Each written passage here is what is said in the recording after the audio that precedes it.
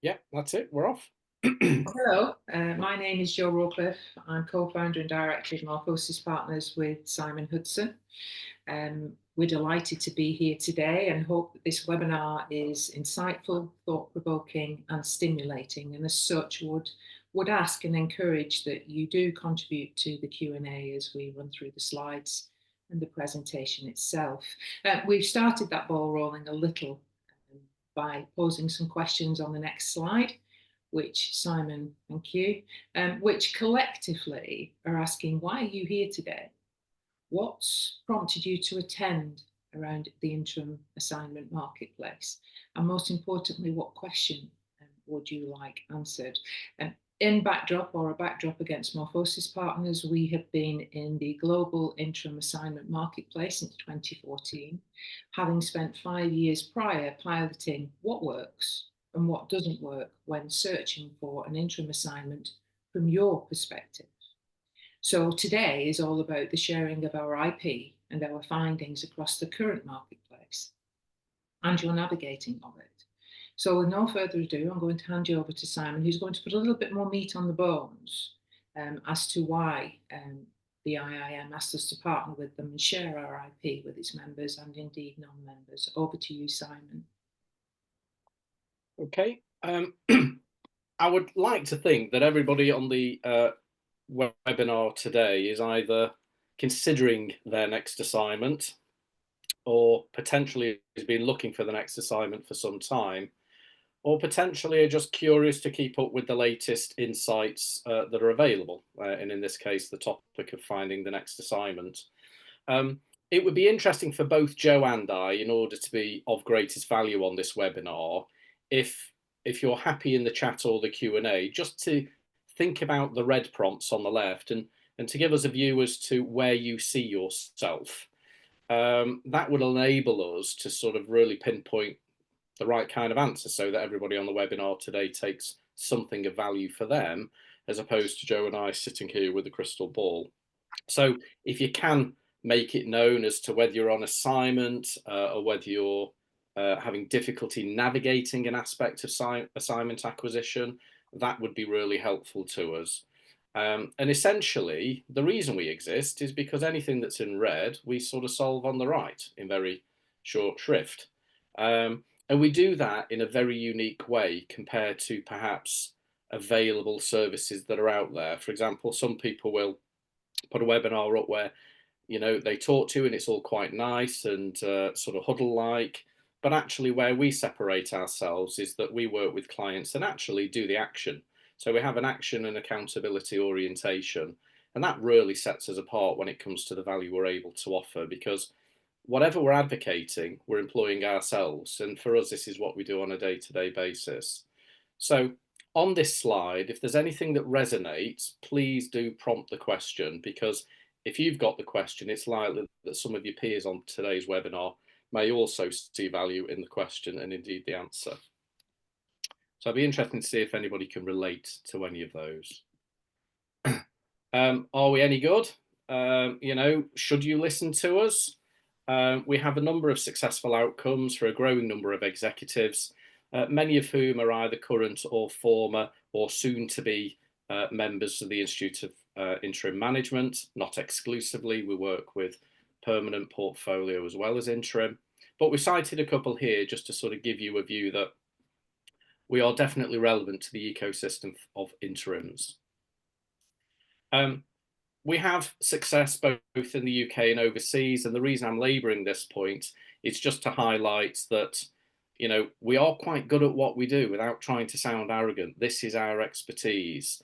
And what you'll see on the left is effectively how did the result happen for a growing range of executives that we've supported.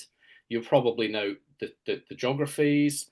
You'll probably note how long they were looking prior to engaging with what we do, and then the impact that we were able to make once they came on board. Some journeys are quick, some journeys take longer. It's all about the objective and the disconnect that they have between where they are and where they're trying to get to. So if people are transitioning sectors or geographies, then logic would suggest those things are likely to take a bit longer. But the interesting thing that I'd like you to all note on this table is we're sector agnostic, geographically agnostic, and compared to the executives' turmoil of trying to enact an effective job search themselves, whether it be for a new assignment or a permanent role, we deliver a time-based impact that is quite clear to see. And that's part of our measure as a business. Simon, sorry, can I just say, just to clarify for people, don't use the chat function. That's not working. Use everything in the Q&A, please. No. That was me directing them to chat, not to Q&A. I do apologise. It's all right. No, that's fine. That's fine. Use the Q&A. We'll pick them up from there. Yeah. So over to you, Jo, just to set the scene. So to set the scene, and from a curiosity perspective, from my perspective, I'd be interested to know how many attendees today understand the interim job market to this degree, because this is the landscape that one faces when one's looking for an assignment. There are currently 22 working sectors, and this is just applicable to the UK. There are 22 working sectors within the UK with 180 sub-supporting sectors where work can be found. There are 198 countries you can work into or move to from the UK. There are over 1 billion professional profiles on LinkedIn, of which 42.9 million are UK-based profiles. There are 1,970,000 profiles on LinkedIn that use the term interim, not just in the UK, of course, from a global perspective. There are 201,000 plus recruiters, named recruiters in the UK, spanning across 40,000 recruitment firms, of which 139 firms exist with subdivisions, some with subdivisions that place interims into assignments, 60 of which are exclusive to the interim marketplace. Next slide, please, Simon. So these findings have brought us to identifying 5 critical derailers or choke points, which will, from when you're searching, inhibit your search to a point where you may find very little volume of opportunity, if any at all. So let me elaborate a little more. Simon, next slide, please. These are collectively the 5 critical derailers that will inhibit or unhinge a job search. The first one is LinkedIn. And there is a traditional view of LinkedIn and a current view, and they're quite different. Traditional view is that one is on LinkedIn to have a shop window. It's about clicking, connecting, and often forgetting who we're connected to, or being ignored when we click and connect or attempt to connect. Applying for jobs, posting, passing comments, liking. That's the traditional view, and the hope that our shop window will be seen. And the current view is that you have to be found on LinkedIn, and those behaviours don't add to your being found, actually, although the belief is that they do. They don't.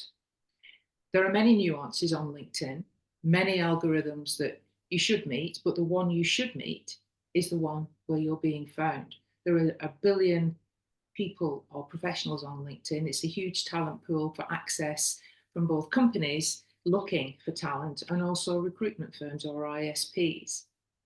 Direct talent is a term that's greatly used in firms these days. So LinkedIn is a route to market, a key route to market, along with other social media sites. To find talent, you have to be found.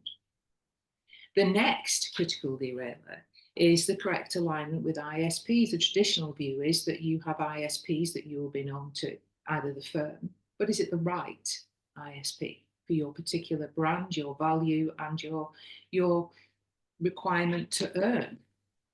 That's a very important fact. And ISPs, whilst they have, a great value, you have got to be able to position to an ISP as something called most placeable candidate. And why is that? Well, I've just used the term directly sourced talent, free to the buyer. What company would pay 30% over market price for a product they don't have to pay over 30% market price for? So when you are talking to ISPs, you do have to present as the most placeable candidate against directly sourced talent, internal talent, and other competitors from their firm and other firms as well. And can you position then to the buyer that you are first choice against directly sourced talent. So there's a lot more there's many layers to the job market, and these 2 layers are very important because they will actually prohibit the other choke points or the other critical derailers from working effectively. The next choke point is your existing network. The current view is that a network is not what you know, but who you know. The current view is that when you're looking for an assignment, your network will support you and luck and chance will play a part in that.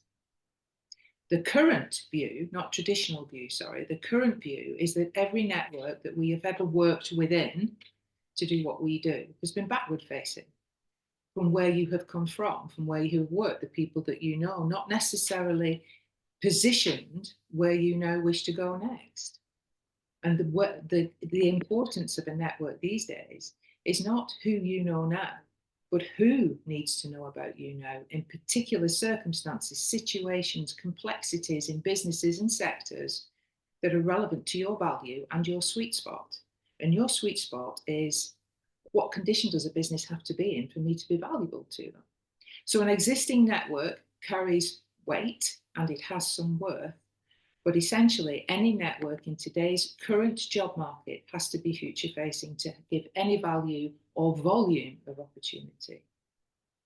The next critical derailer is referencing how capable are you of finding the companies that do require your services? How capable are you of introducing yourself, opening those doors to the right person with the right message at the right time for the right thing?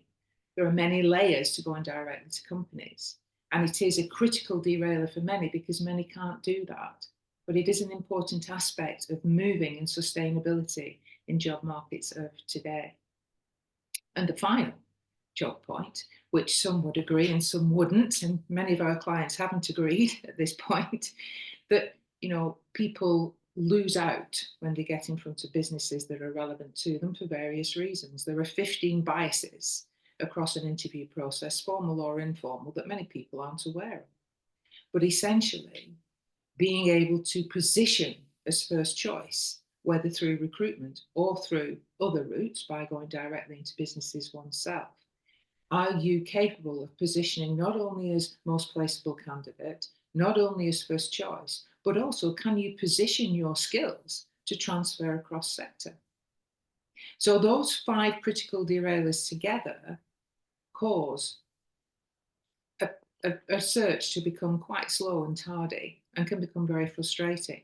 So those are the 5 critical derailers that we've isolated, that we work around and turn around and create a remedial course in the job search to create volume and to allow our clients to stand out. Simon, next slide, please. Okay. Okay, so we're going to just pick up on a couple of them and make this a little bit more interactive. And LinkedIn has obviously become a bit of a beast, whether that's a complimentary term or not. It is a beast.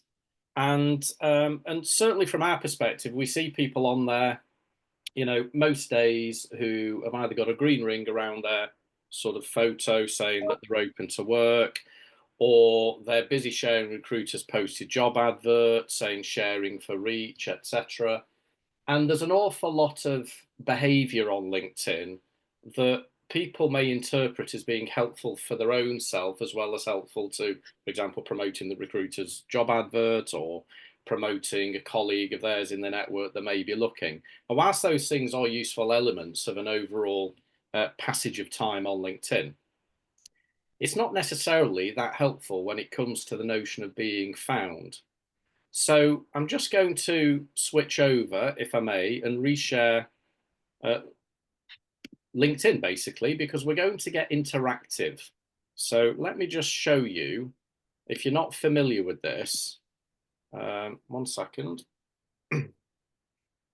I'm just going to share, there we go. So it'll be interesting to know what people's views and opinions are about the use and applicability of LinkedIn in terms of being found. And what you should see now, hopefully, is a tab which says Recruiter Advanced Search. And this is a subscription service for LinkedIn, which recruiters, people in talent, whether it be internal or external, make use of.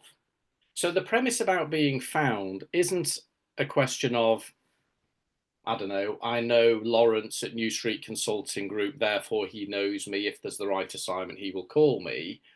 Let's imagine the scenario where, let's say, if we use Lawrence just as an example, has thought about somebody for a particular assignment, for whatever reason has reached out to them, and let's say they're on assignment or they're not currently available. He then looks into his database and let's say draws a blank for whatever reason. So what does he then do?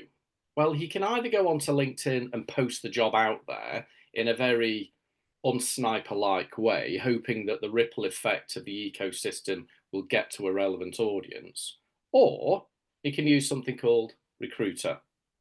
And so what we're going to do here, we're just going to show you something, and it'll be interesting to see if your observations become apparent as they are apparent to us. So let's just say, for example, and I don't know what people's particular preferences are as an interim, but let's just say, because generally speaking, whether it's recruiter or talent, as far as the business is concerned, they are going to label that need. So let's say they say interim transformation director, if I could spell it right, of course, director. And what you'll see here is on LinkedIn, there are more than 13,000 that have this title somewhere in their employment history, their shopping list of experience.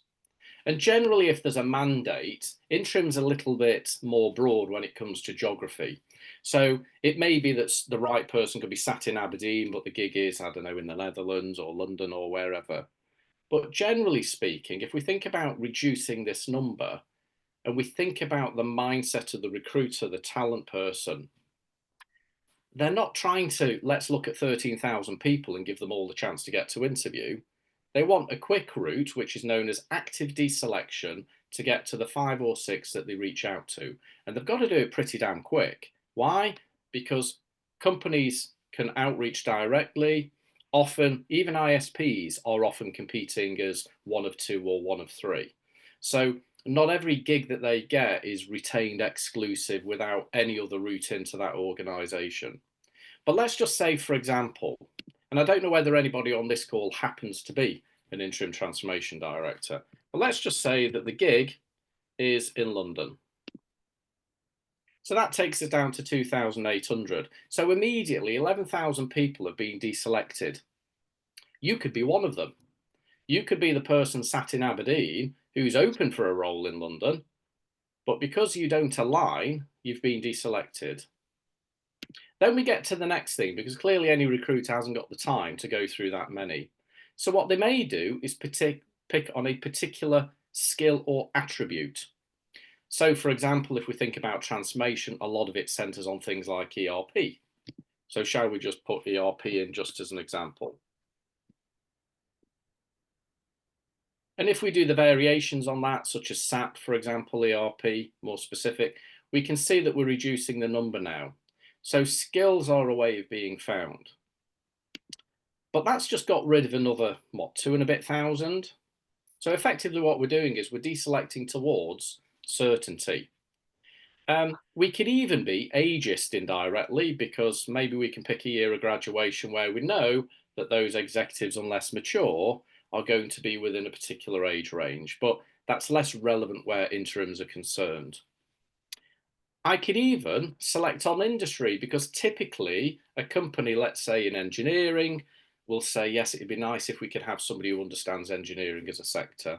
It would be value adding if we've got somebody who understands pharma or whatever. So generally that will be a filter. But I'm just going to pause at this point and I'm just going to click search, because I want you to see that the interface here is a world away from what you use on a daily basis, what you're trying to interact with in order to be found.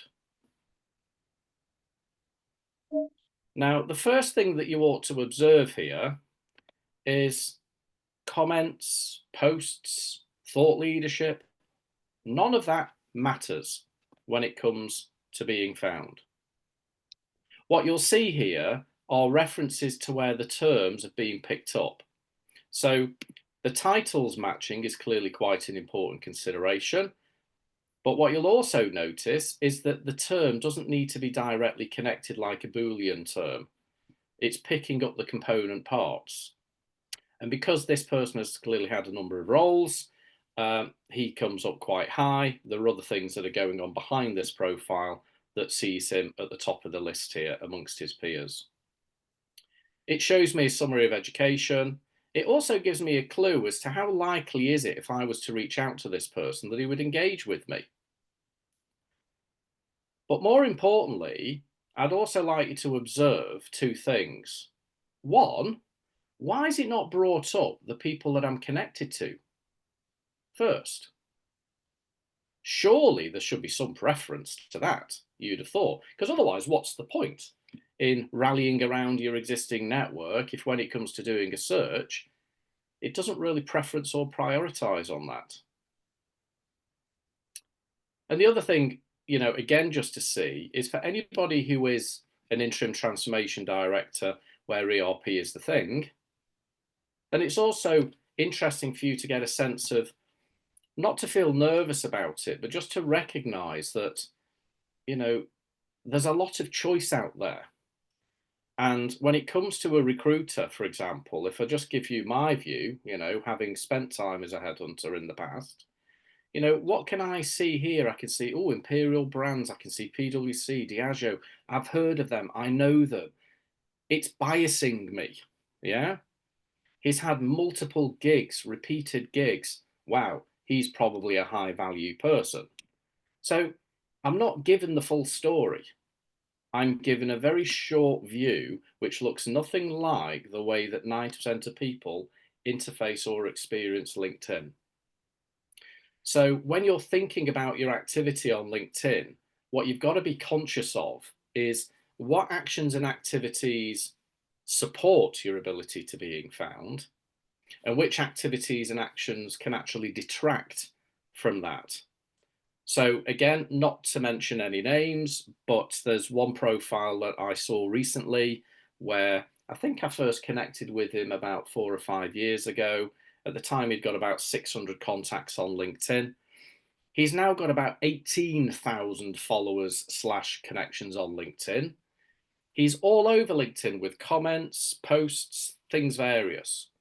But he spent roughly 90% of that time off assignment without a role. So even though he's done very proactive things, what he's now created is actually a brand that almost implies to his intended audience that he's an influencer rather than, you know, the assignment seeker, essentially. So it'll be interesting to see whether anybody has actually done a search for themselves on LinkedIn, to gauge who else appears in order to sort of cross-reference and benchmark, but also whether anybody on this call is familiar with this and actually looks at LinkedIn in this kind of way, as opposed to perhaps where the herd like noise is, which is comment, feed, comment, stories, post, which, you know, people need to have a lot of time for that, although you can get AI to automate it for you these days. So it's not that helpful. So it'll be interesting on the topic of LinkedIn just to see if any questions appear. So I'm just going to go back to the slides now, if that's okay.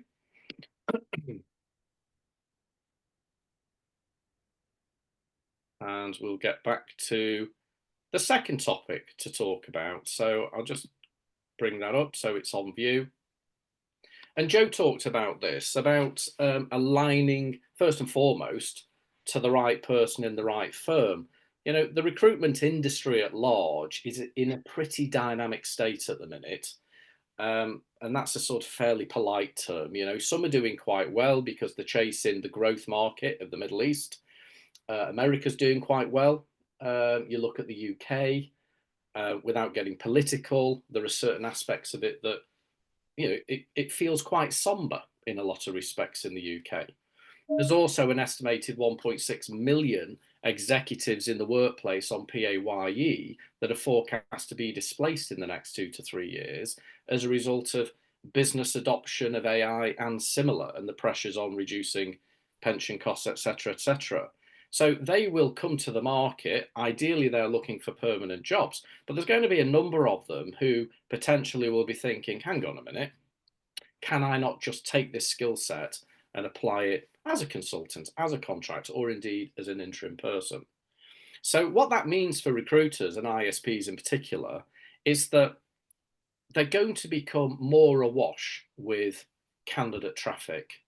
And it's become far worse because of apps like Job Apply, apply.io, which basically will take your preferences. It will auto send noise.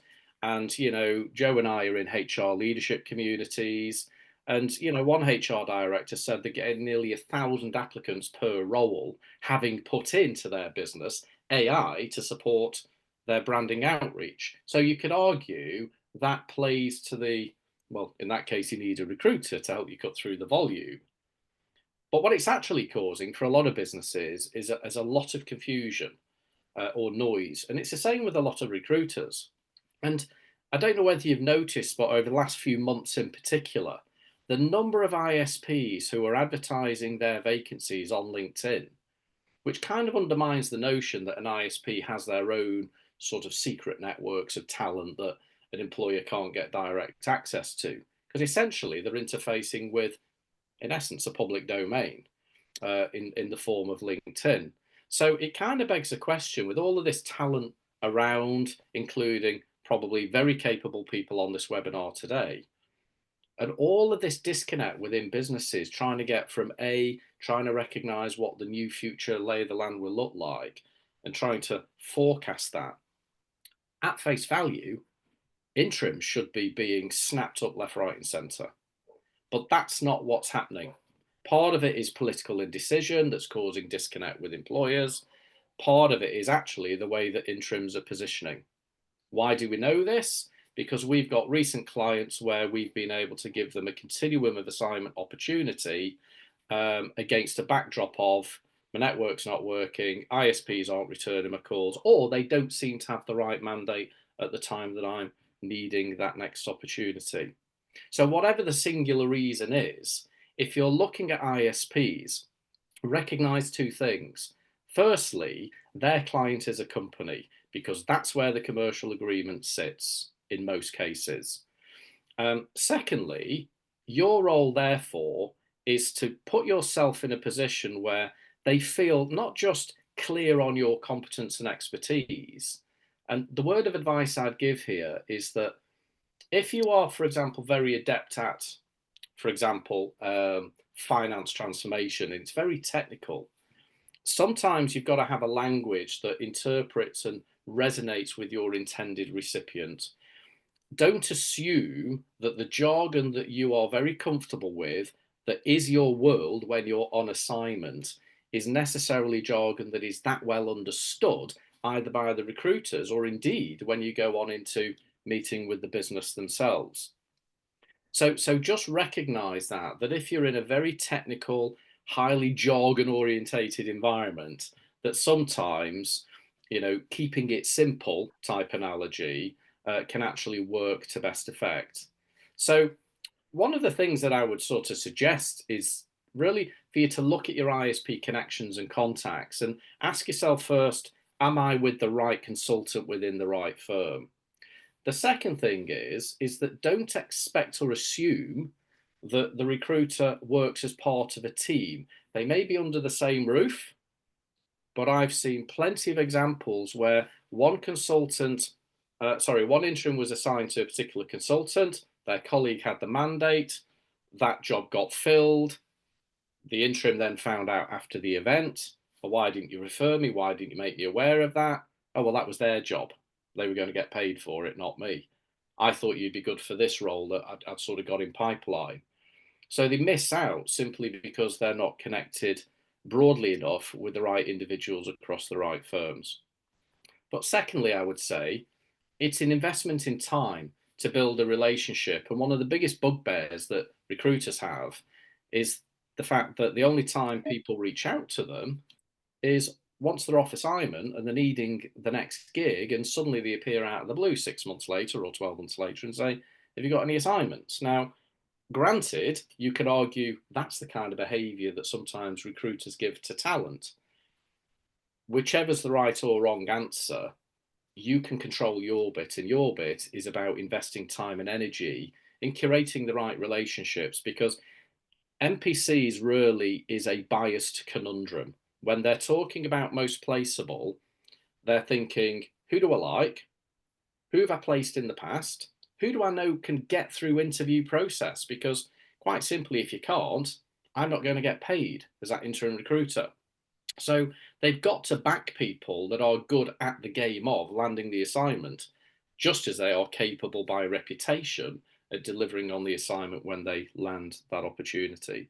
So there's much more to it than simply, you know, hello, Lawrence, I've just appeared, I'm up for the next job assignment, can you please give me a call?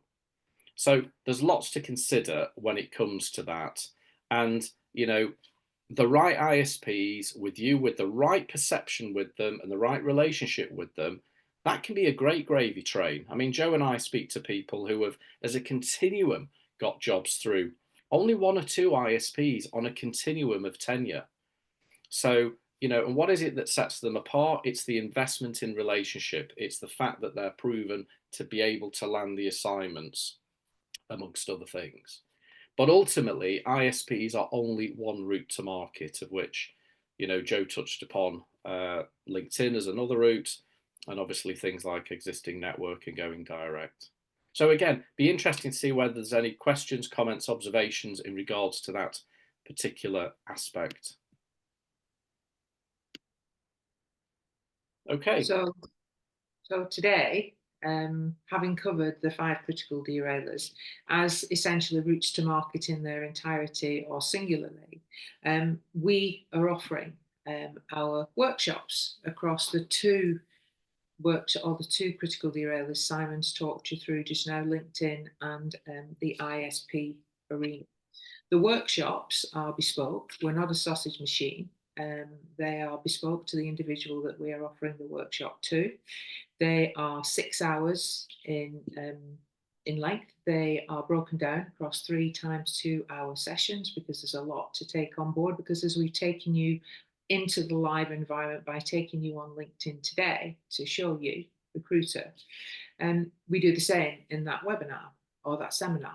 So the seminars are 6 hours, they are very interactive, and they are set to remedy what's not working. So we can either bridge a gap, elevate a brand, or indeed provide a benchmark that's very valuable and allows that choke point or that critical derailer to work. Each workshop is priced at $1,500 plus VAT, but today we're offering a 20% discount to IIM members and a 10% discount to non-IIM members against each workshop. So if you would like to talk about that or find out more, please do contact me and indeed Simon, and we can talk further. But very interested now to investigate the Q&As and see what further value we can add, hopefully, today. Okay. Okay, so let me just, so 7 posts in there at the moment, a couple of from early on. People, Helen just introduced the fact she's new to interim, looking to get tips and hints on how to get assignments. Grant, solo consultant financial services, not yet done interim. Love to better understand how he can get his first interim role, which is always a challenge for everyone, I think. Couple of questions then, Stephen.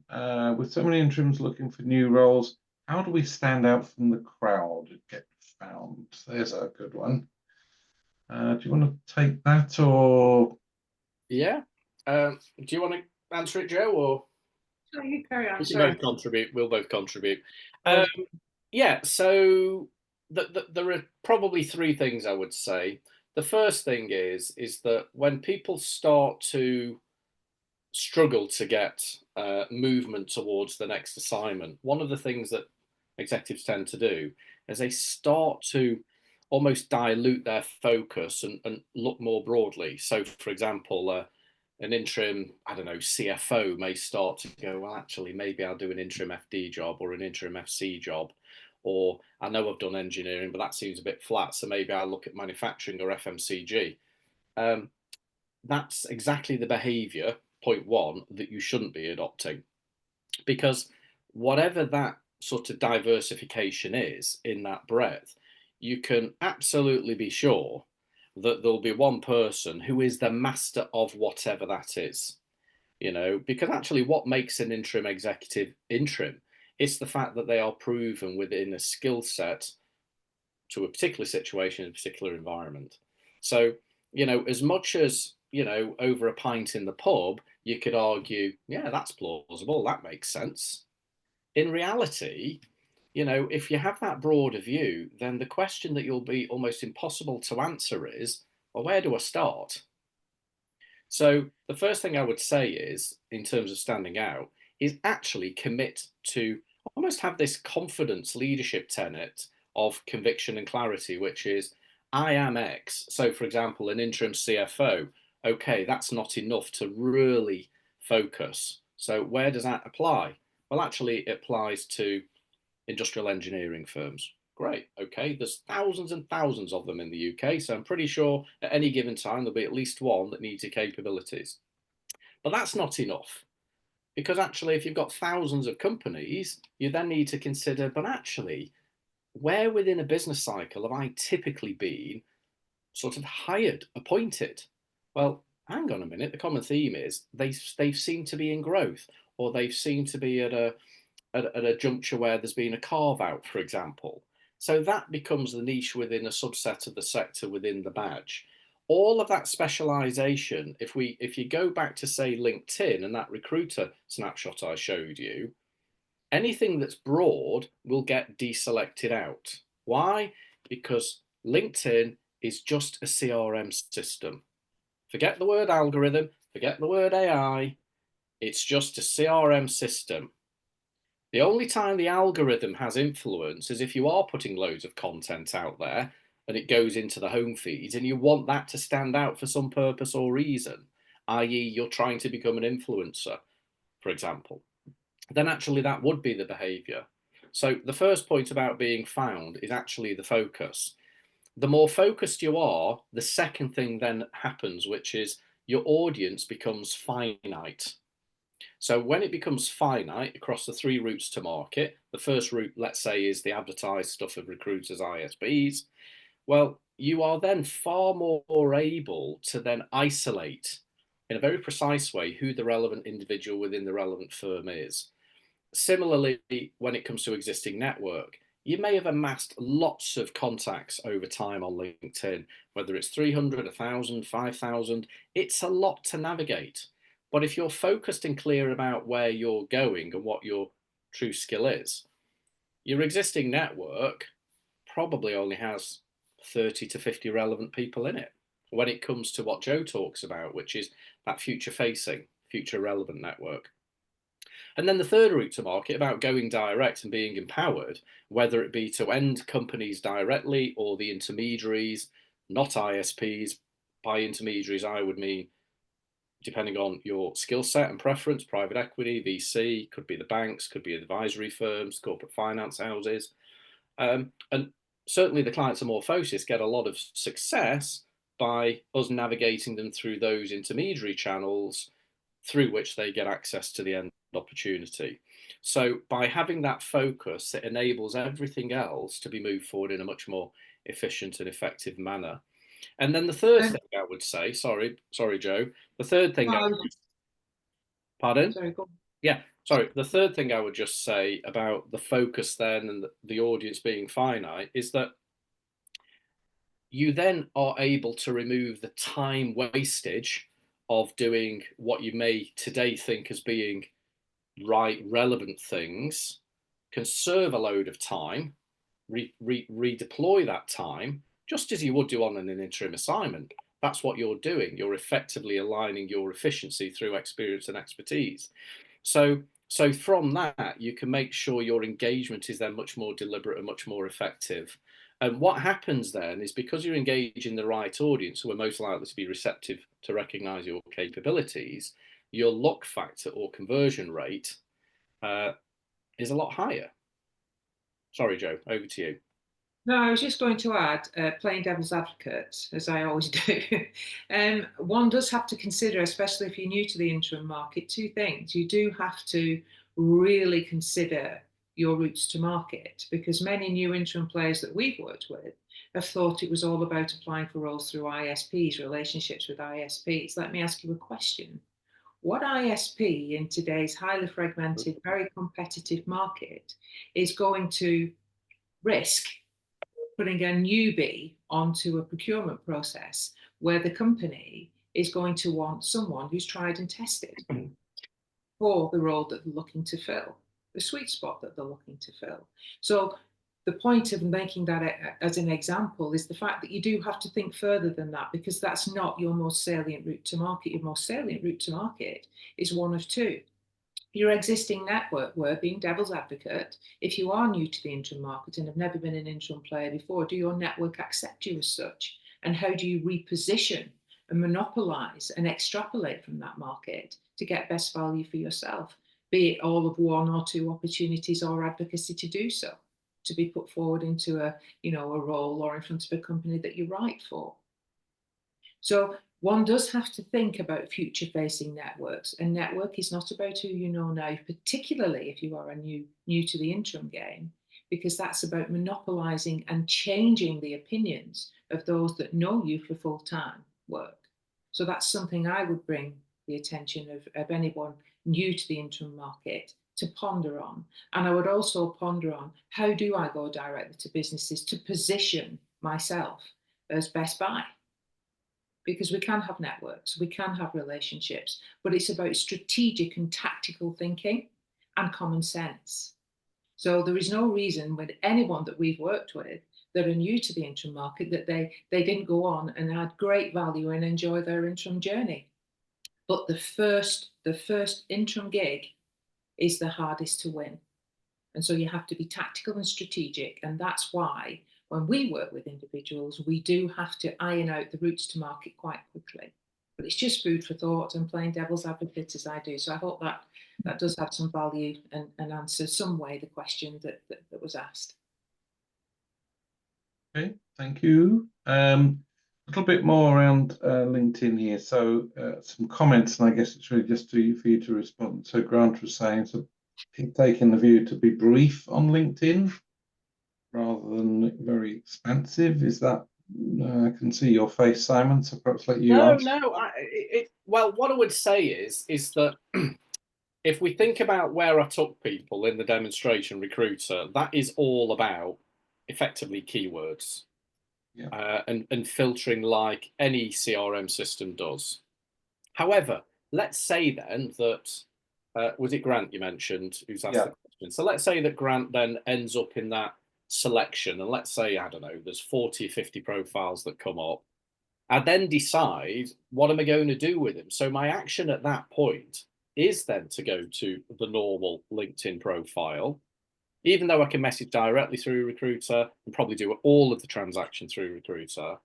I'm much more likely then, because the one thing that's missing on Recruiter is the word P for personality. You don't get that on Recruiter. So what I would then do is I'd go over to LinkedIn, and then I'd bring the profiles up of, let's say, the 20 or 30 who may be being considered.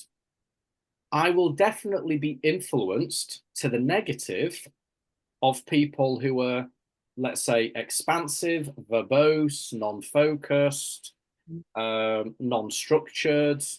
For example, the green ring, doesn't actually help in the process of being found, because I don't know if people have seen the latest update on LinkedIn in terms of the normal profile.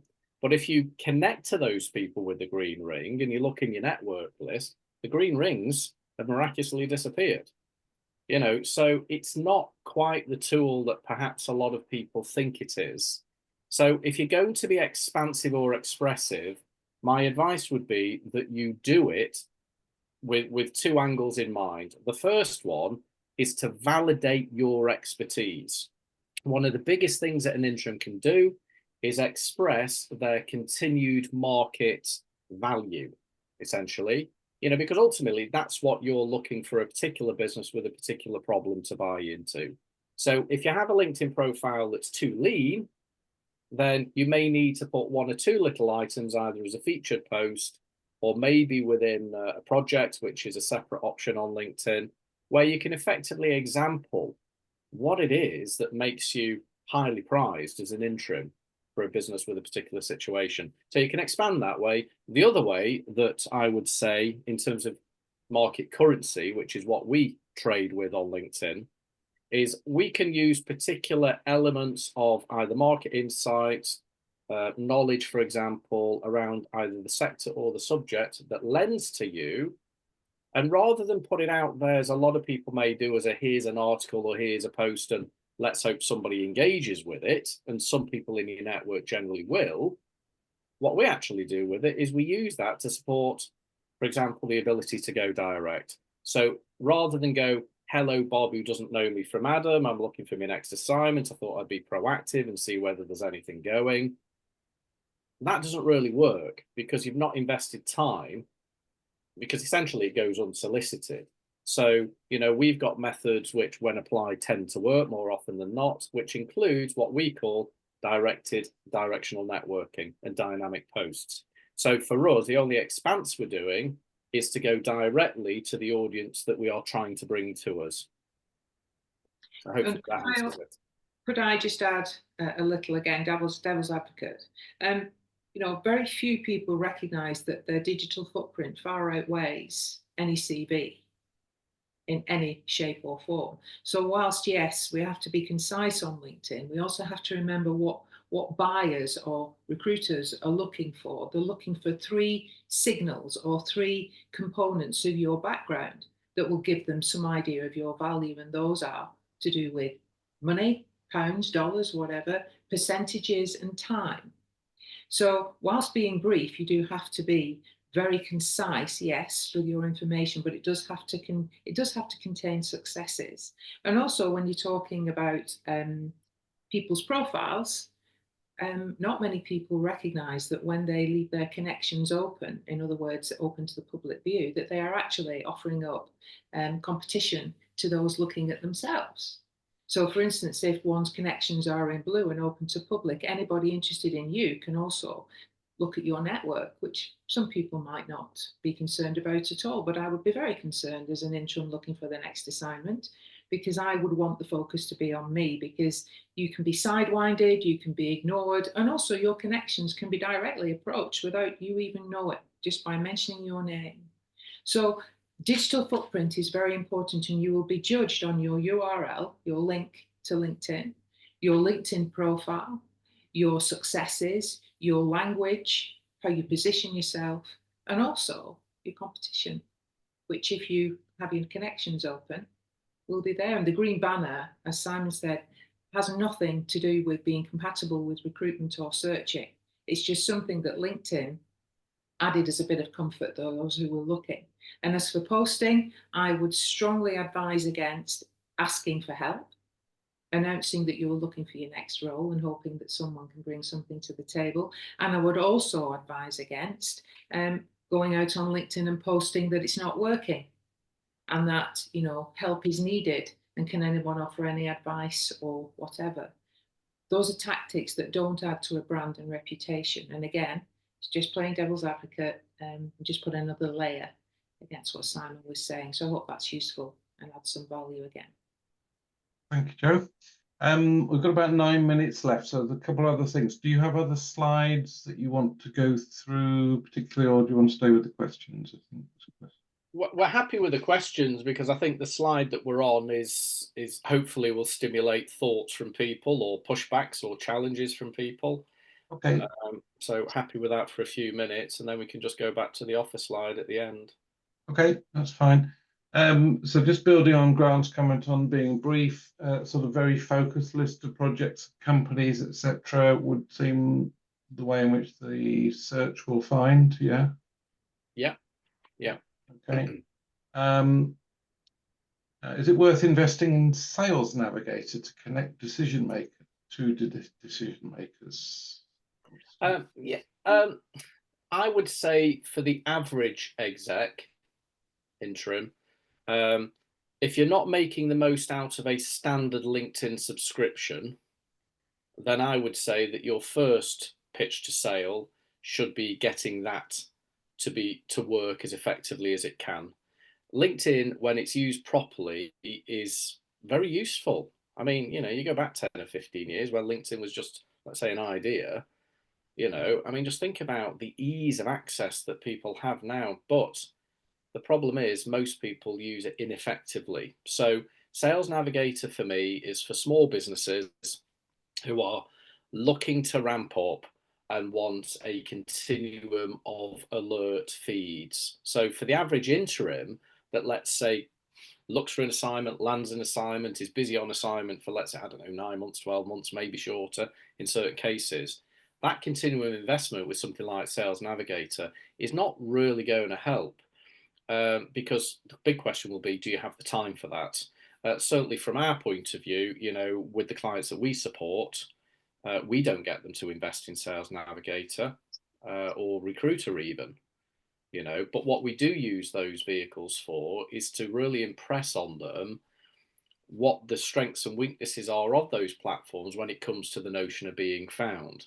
And then what we do is get people to use their standard premium LinkedIn profile properly, so that actually it canters very efficiently and effectively towards those who have invested in Recruiter or Sales Navigator. Okay, thank you. Another one, would a focus blog series be helpful within your sort of LinkedIn profile, I guess?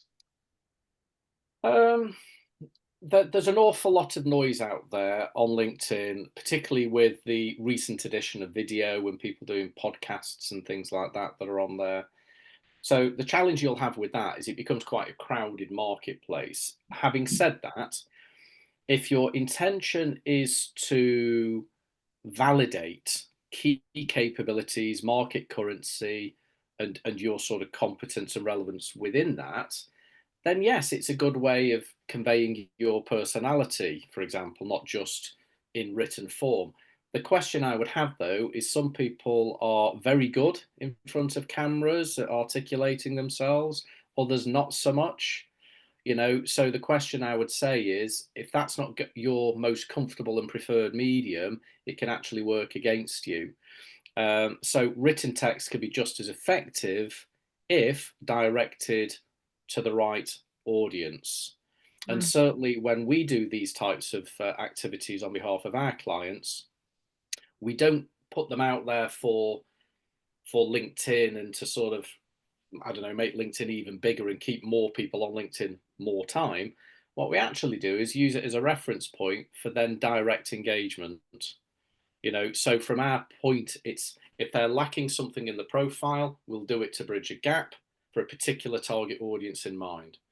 That's effectively how we would work with it. So we're not creating content for content's sake. It's where we perceive it can draw a particular audience to us, and we use it to connect the dots.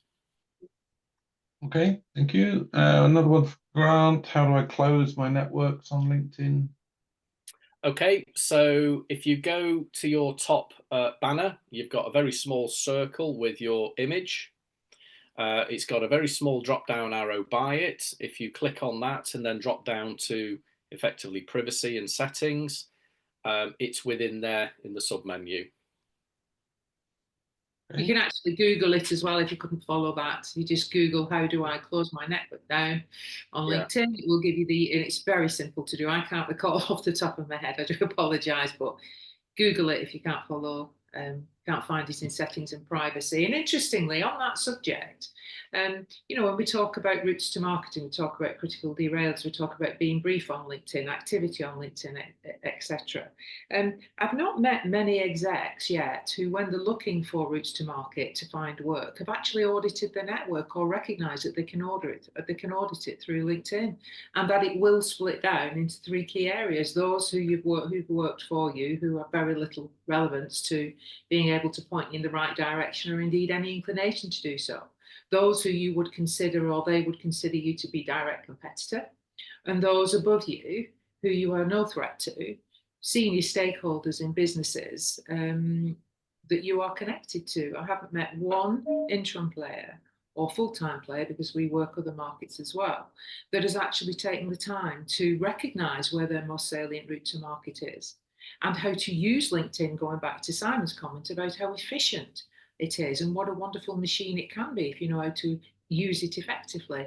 As an example, in my network, I've got 134 people who I would say in my network are more senior than me and actually like me, of which 55 I would perhaps position to if I was looking to leave Morphosis Partners. But when I say position to, do I mean that I'm going to effectively send them an email, in-mail, ask them to lunch, bother them in any way? No, I'm not. Because using LinkedIn effectively, just through the 55, gives me access to 135,000 more at the same level, different sectors, different businesses, that I can, with technology, then funnel down to create a future-facing network if relevant. That's just an example of how LinkedIn can be used as a you know, a resource, a very prominent and productive resource if used effectively. I mean, I'm conscious that we're running out of time, and Charles will want to do a comment about the IIM, but one quick thing I would say is that if anybody would like us to take them through a recruiter search with them in mind, to see where they are on what they would expect to be found for, then reach out to Joe or myself and we'll happily diarise or facilitate that. Because I think for a lot of people, understanding where you are currently is a good basis for understanding whether there's a need for action or not, you know, in terms of remedial or reparation work. So just put that out there. Okay, thank you. So we have 1 minute left. Happy to, I can put the IIM stuff in the email when we share, so that's fine. So just to be clear, there is a recording today. It will be shared with everybody who is on here. And there will also be Joe and Simon's emails. So if you want to follow up on the points made by Simon just now, you can do that directly. We'll talk a little bit in the email about the IIM and the offer that's available to those who aren't current members who might want to take advantage of that. So we'll pop that in as well. And I'm afraid for the other questions, I will collect those questions and see if we can get Simon and Joe to sort of briefly respond to those, and we'll put those into the email that comes out as well. Okay. Yeah. So with that, I'm afraid we're at time. So thank you very much indeed to Joe and to Simon. Thought-provoking as ever. And thank you everybody who's joined today. Hopefully you got something from it, and you will have the ability to follow up after if you want to go further, as was mentioned as we went through. So with that, I will close the call now. Thank you again, everybody. Thank you, everybody. Thank you for your time. Thank you. Pleasure to be here today. Thank you very much. Bye-bye. Take care. Bye. Bye-bye.